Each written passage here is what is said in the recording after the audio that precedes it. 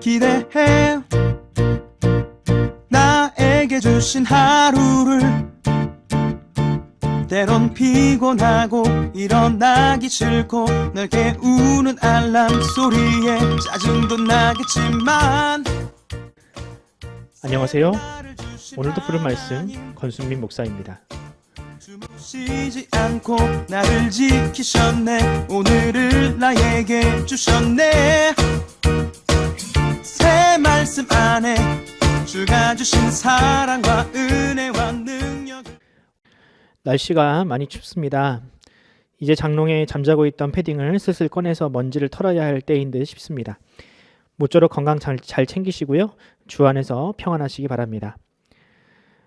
오늘 우리가 은혜 받을 하나님 말씀은 역대하 8장 16절 말씀입니다. 솔로몬이 여호와의 전에 기초를 쌓던 날부터 준공하기까지 모든 것을 완비하였으므로 여호와의 전 공사가 결점 없이 끝나니라. 아멘. 오늘 설교 제목은 하자 없는 성전입니다. 새로 지은 집에 들어가는 것은 매우 설레는 일입니다. 저도 최근 몇 년간 이사를 다니면서 새로 지은 아파트로 이사할 일이 있었는데요. 처음에는 새 아파트라길래 큰 기대를 했습니다. 왜냐하면 모든 것이 새 것이기 때문에 그만큼 깨끗할 것이라 생각했지요. 그런데 꼭 그렇지만은 않더군요. 새 아파트는 아직 청소를 한 번도 하지 않은 그런 곳이기 때문에 반드시 입주 청소를 해야 합니다. 공사를 하면서 생긴 먼지와 각종 오염물질들이 바닥과 벽지에 달라붙어 있어서 전문 청소업체를 불러서 청소를 해야 간신히 입주할 수 있습니다. 그리고 또 한 가지 귀찮은 일을 피할 수 없는데요. 그것은 바로 하자를 찾아내는 일입니다. 아무리 유명한 건설사라도 하자 없이 공사하는 법은 없습니다. 공사 기간을 단축하고 빨리 완공을 해야 하는 것이 더 많은 이익을 남기기 때문에 설사 하자가 있는 것을 알아도 그냥 지나가는 경우가 많습니다. 왜냐하면 보통 아파트 입주 후에도 한 2년간을 하자를 고쳐주는 기간이 있는데 그때 웬만한 하자들은 다 고쳐주기 때문입니다. 많은 사람들이 이런 이야기를 합니다. 하자 없는 건물은 없다. 어떤 건물이든지 사람이 짓는 것이기 때문에 작은 하자들은 존재한다고 합니다. 이 말을 다른 말로 하면 이런 뜻입니다. 사람은 결코 완전할 수 없다. 사람이 완전하지 않고 그 완전하지 않은 사람이 손으로 만드는 모든 일과 계획 그리고 건물은 어디서든지 흠과 티가 생길 수밖에 없다는 것이죠. 저는 그 대표적인 예가 바로 바벨탑이라고 생각을 합니다. 바벨탑은 당시 세상의 모든 사람들이 모여서 지혜를 모아 건축하려 했던 최고의 건축물이었습니다. 하지만 그 바벨탑은 완성되지 못했습니다. 왜냐하면 그 바벨은 하나님의 권위에 도전하려는 그런 악한 목적에서 시작되었던 그 죄악의 결집체였기 때문입니다. 이처럼 사람이 하는 모든 일은 죄라는 장애물에 갇혀서 가로막혀서 완전할 수 없다라는 그런 한계를 지닐 수밖에 없습니다. 그런데 성경을 보면 사람이 지은 건물 중에서 실수가 없었던 거의 유일한 건물이 등장을 합니다. 그것은 바로 성전이었습니다. 오늘 본문은 그것을 매우 강조하는데요. 그렇다면 성전을 짓는 일에 실수가 없었다는 것이 왜 중요하며 그것이 21세기를 살고 있는 우리의 신앙과 인생에 왜 중요한지를 한번 살펴보도록 하겠습니다. 오늘 우리가 읽은 이 역대하 8장의 내용은 이 성전 공사가 얼마나 걸렸고 또 그것을 준공하기까지 어떤 일이 있었는지를 우리에게 알려주고 있습니다. 먼저 1절을 보면 성전 공사가 얼마나 큰 규모였는지를 이렇게 요약하고 있습니다. 솔로몬이 여호와의 전과 자기의 궁궐을 20년 동안에 건축하기를 마치고 아멘. 자, 성전 공사 기간이 총 몇 년이라고 합니까? 무려 20년이나 걸렸다고 합니다. 솔로몬이 이스라엘을 다스린 기간이 총 40년인데 그 중에 절반을 이 공사에 매진했다는 것이죠. 여러분 요즘에 웬만한 아파트들도 한 3년이면 다 짓습니다. 그러니까 이 20년이나 걸려서 공사를 한다면 과연 얼마나 큰 공사였겠습니까? 또 10절을 보면 그 공사를 감독하는 자만 몇 명이요? 250명이었다고 합니다. 그렇다면 그 공사에 투입된 인력은 총 몇 명이었을까? 여러분들 궁금하시죠? 이 내용이 바로 열왕기상 5장에 기록되어 있는데 제가 5장 13절과 16절을 읽어드리겠습니다. 이에 솔로몬 왕이 온 이스라엘 가운데서 역군을 불러 일으키니 그 역군의 수가 3만 명이라. 솔로몬이 그들을 한 달에 10,000명씩 번갈아 레바논으로 보내매 그들이 한 달은 레바논에 있고 두 달은 집에 있으며 아도니람은 감독이 되었고 솔로몬에게 또 짐꾼 7만 명이요 산에서 돌을 뜨는 자가 8만 명이며 그 외에 그 사역을 감독하는 관리가 3,300명이라. 그들이 일하는 백성을 거느렸더라. 아멘. 자, 여기 지금 이 성전 공사에 들어간 인력이 등장을 하는데 이 숫자를 다 더하면 몇일까요? 무려 18만 3,300명이 나옵니다. 여러분 실로 어마어마한 숫자가 아니겠습니까?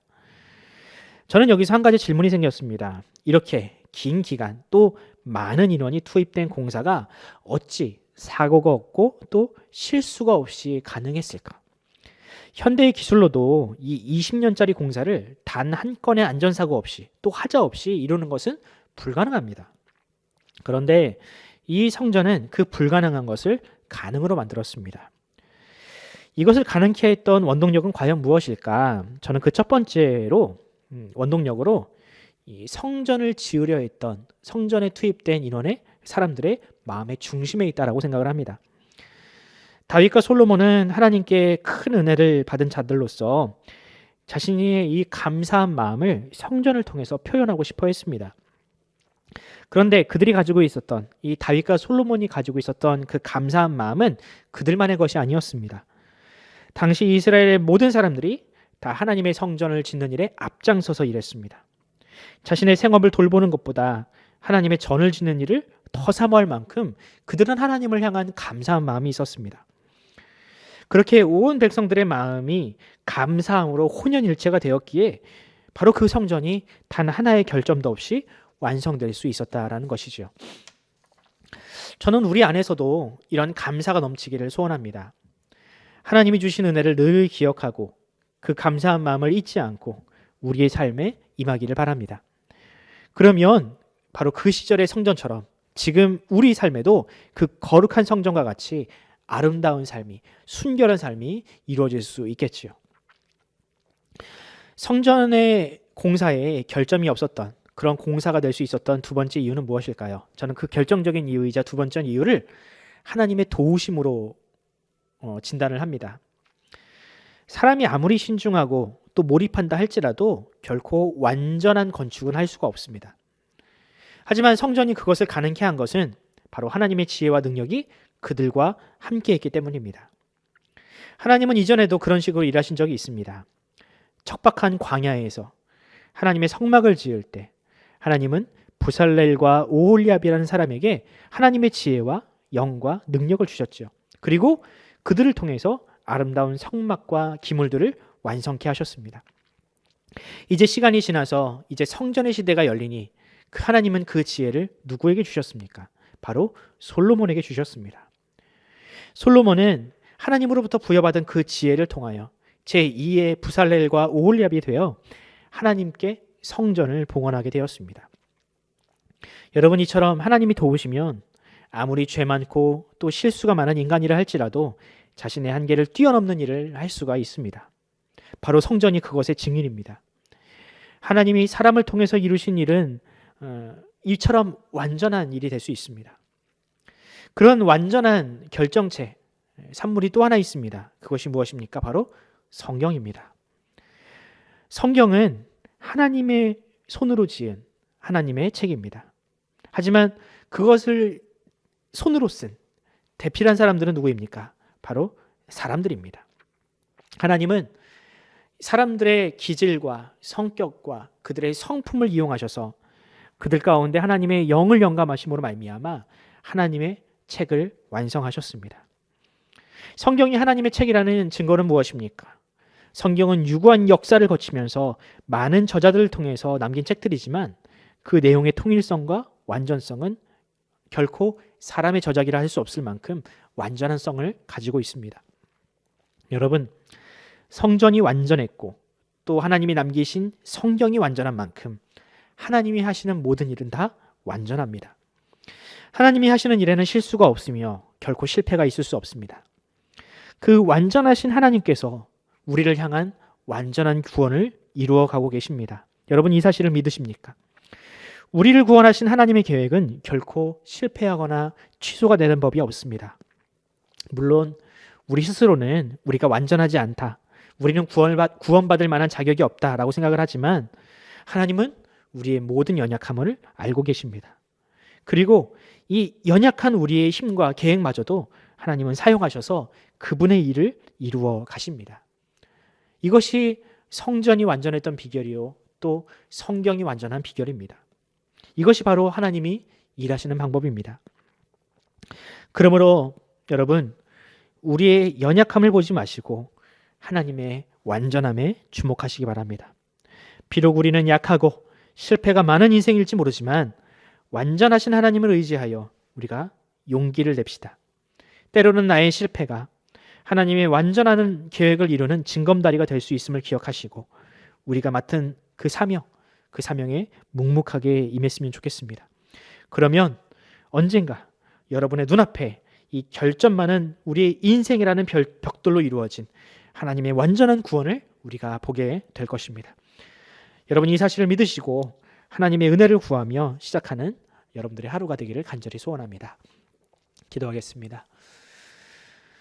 완전하신 하나님, 결점 많고 죄악 많고 또한 실수가 많은 우리의 인생들을 주님께서 사용하셔서 하나님의 큰 일들을 이루어 가심에 감사합니다. 주님, 때로는 우리는 하찮은 질병 앞에서도 무력한 것 같고 또한 연약한 것 같지만 하지만 하나님은 우리의 연약함마저도 사용하셔서 하나님의 큰 일을 이루어 가십니다. 비록 우리가 겪고 있는 이 질병과 또한 재난들이 너무나도 우리를 깜깜하게 만들고 우리를 무력하게 만들지만 하나님의 완전함을 우리가 의지하여 오늘 하루도 우리가 힘을 내어 살아가려 합니다. 주님, 주의 성령이 우리를 도우시고 연약한 우리를 주님께서 도와주시어서 우리가 하나님의 백성으로서 이 세상 앞에 하나님의 백성다운 삶을 살아갈 수 있도록 우리의 완전하신 하나님을 증거하는 그런 순결한 하나님의 백성이 될 수 있도록 우리와 함께하여 주시옵소서. 감사드리며 예수 그리스도의 이름으로 기도드립니다. 아멘. 사랑하는 성도 여러분, 우리가 오늘 하루를 위하여 또한 우리 인생과 우리 이웃들을 위하여 기도합시다. 하나님, 부족하고 연약하고 죄 많은 인생들을 주님께서 사랑하시오니 주여 우리를 도와주시옵소서. 우리의 연약함을 도와주시옵소서. 그리함으로 말미암아 이 연약함 가운데서 완전함을 이루어 가시는 그 하나님을 우리가 이 세상 가운데서 증거할 수 있도록 주여 우리와 함께 하시옵소서라고 기도하시기 바랍니다. 그리고 또 우리 자녀들을 위하여 기도합시다. 우리 자녀들 하나님의 도우심이 없이는 정말로 단 하루도 살 수 없는 연약한 인생들입니다. 특히 정말 힘든 시절을 공부하고 있는 우리 고3 학생들, 그들 가운데 하나님께서 함께하여 달라고, 그들의 연약한 욕심과 또한 영혼 가운데 하나님의 완전하심과 하나님의 능력이 그들 가운데 함께하게 달라고 기도해 주시기 바랍니다. 이 시간 기도할 때에 우리가 우리 이웃들과 우리의 자녀들, 특별히 고3 학생들, 우리의 가영이, 혜민이, 찬미 이 아이들을 생각하시면서 우리가 오늘 하루 기도로 시작하겠습니다. 함께 기도합시다.